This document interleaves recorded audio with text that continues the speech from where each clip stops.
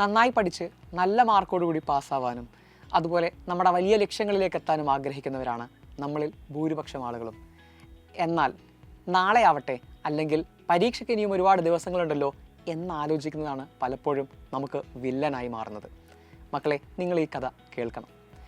ഒരു വൃദ്ധനായ കർഷകൻ അയാളുടെ പാടം നോക്കാൻ വേണ്ടിയിട്ട് അയാൾ ഒരാളെ പുതിയതായി നിയമിക്കുകയാണ്. അങ്ങനെ പുതിയതായി വന്ന ജോലിക്കാരനോട് അയാളുടെ ക്വാളിഫിക്കേഷൻ എന്താണെന്ന് ചോദിച്ചു. അപ്പോൾ ആ ചെറുപ്പക്കാരൻ പറയാണ്, I can sleep through out the Storm. എനിക്ക് ഈ കൊടുങ്കാറ്റിലും നന്നായി ഉറങ്ങാൻ സാധിക്കും.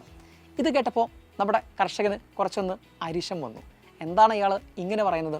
ജോലിയെക്കുറിച്ച് ചോദിക്കുന്ന സമയത്ത് ഉറക്കത്തെ പറ്റിയിട്ടാണോ പറയുന്നത്? ഏതായാലും ആ പയ്യനെ ഇഷ്ടപ്പെട്ടതുകൊണ്ട് അയാൾ ആ കുട്ടിയെ ജോലിക്ക് എടുക്കുക ചെയ്യുന്നത്. അങ്ങനെ ദിവസങ്ങൾ കടന്നുപോയി. ഒരു ദിവസം നമ്മുടെ കർഷകൻ നന്നായി ഉറങ്ങുന്ന സമയത്ത് ഒരു ശക്തമായ പേമാരിയും കൊടുങ്കാറ്റും വീശി. തൻ്റെ പാടത്ത് എന്തെന്ന് നടക്കുന്നതെന്ന് അറിയാൻ വേണ്ടി അദ്ദേഹം ആദ്യം ഓടിക്കയറിയത് നമ്മുടെ ഈ പയ്യൻ്റെ മുറിയിലേക്കാണ്. പക്ഷേ അവൻ നന്നായി കിടന്നുറങ്ങുകയായിരുന്നു. കുറച്ച് ഫ്രസ്ട്രേറ്റഡ് ആവുകയും ദേഷ്യപ്പെടുകയൊക്കെ ചെയ്തിട്ട് അദ്ദേഹം പെട്ടെന്ന് പാടത്തേക്ക് പോവുകയാണ്, എന്തൊക്കെയാണ് അവിടെ നടക്കുന്നതെന്നറിയാൻ.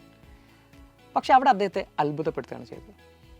തൻ്റെ ധാന്യങ്ങളെല്ലാം നേരത്തെ ടാർപോളിൻ ഷീറ്റുകളിലാക്കി ഭദ്രമാക്കി വെച്ചതാണ് അദ്ദേഹം അവിടെ കണ്ടത്.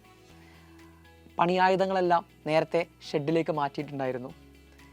മൃഗങ്ങൾക്കൊക്കെയുള്ള ആഹാരങ്ങൾ ധാരാളമായി അവിടെ വെച്ചു കൊടുത്തിട്ടുണ്ടായിരുന്നു.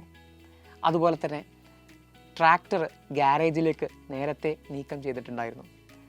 ഇപ്പോഴാണ് നമ്മുടെ കർഷകന് ആ പയ്യൻ പറഞ്ഞ കാര്യം, I can sleep through out the Storm എന്ന് പറഞ്ഞ ആ വാചകത്തിൻ്റെ അർത്ഥം മനസ്സിലായത്. ഏതൊരു കൊടുങ്കാറ്റിനെയും അതിജീവിക്കാനുള്ള തയ്യാറെടുപ്പ് നമ്മുടെ പയ്യൻ നേരത്തെ ചെയ്തു വച്ചിട്ടുണ്ടായിരുന്നു. മക്കളെ, ഇത് തന്നെയാണല്ലോ നമ്മുടെയും അവസ്ഥ. പരീക്ഷയുടെ തൊട്ട് തലേ ദിവസം വല്ലാതെ പ്രയാസപ്പെട്ട് തലകുത്തി നിന്ന് നമ്മൾ പഠിക്കും. വല്ലാതെ സ്ട്രെസ്സും സ്ട്രെയിനും ഒക്കെ വരും. നമ്മൾ വിചാരിച്ച മാർക്കിലേക്ക് എത്തൂല, ഒരു ആവറേജ് മാർക്കോട് കൂടിയിട്ട് നമ്മൾ പാസ്സാവുകയും ചെയ്യും. ഇതാണല്ലോ സാധാരണ സംഭവിച്ചുകൊണ്ടിരിക്കുന്നത്. നമുക്കും ആ കുട്ടി ചെയ്തതുപോലെ അല്ലെങ്കിൽ ആ പയ്യൻ ചെയ്തതുപോലെ ഒന്ന് നേരത്തെ തയ്യാറെടുത്ത് വെച്ച് കഴിഞ്ഞാൽ ഒരു സ്ട്രെസ്സും സ്ട്രെയിനും ഇല്ലാതെ വളരെ ഈസി ആയിട്ട് പരീക്ഷയ്ക്ക് മാർക്ക് വാങ്ങിച്ചൂടെ? സോ ഇതാണ് അതിനുള്ള ഏറ്റവും നല്ല സമയം. പരീക്ഷയ്ക്ക് ഇനിയും കുറച്ചധികം ദിവസങ്ങളുണ്ടല്ലേ. നമ്മളിപ്പോഴും പയ്യെ ഒന്ന് നടന്നു കയറിയാൽ നമുക്കെത്താൻ പറ്റും നമ്മൾ ആഗ്രഹിച്ച ആ വിജയത്തിലേക്ക്.